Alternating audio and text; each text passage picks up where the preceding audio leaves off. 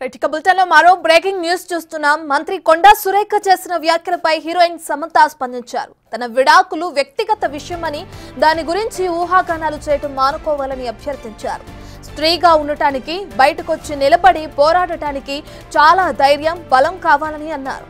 ఈ ప్రయాణం తనని మార్చినందుకు గర్వపడుతున్నానని, దయచేసి చిన్న చూపు చూడకండని కొండా సురేఖను కోరారు సమంత.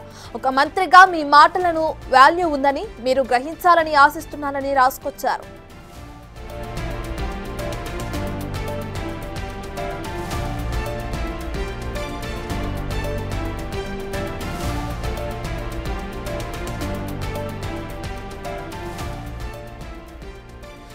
వ్యక్తిగత విషయాల పట్ల మాట్లాడేటప్పుడు బాధ్యతగా, గౌరవంగా ఉండాలని మంత్రిని వేడుకుంటున్నానని తెలిపారు సమంత. ఇద్దరి అంగీకారంతోనే విడాకులు తీసుకున్నాం. మా విడాకులకు రాజకీయాలతో సంబంధం లేదు.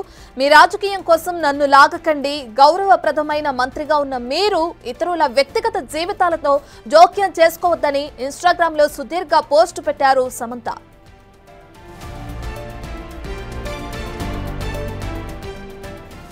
మరోవైపు ఈ విషయంపై నాగ చైతన్య సైతం స్పందించారు. తన తండ్రి హీరో నాగార్జున చేసిన పోస్టును రీట్వీట్ చేశారు.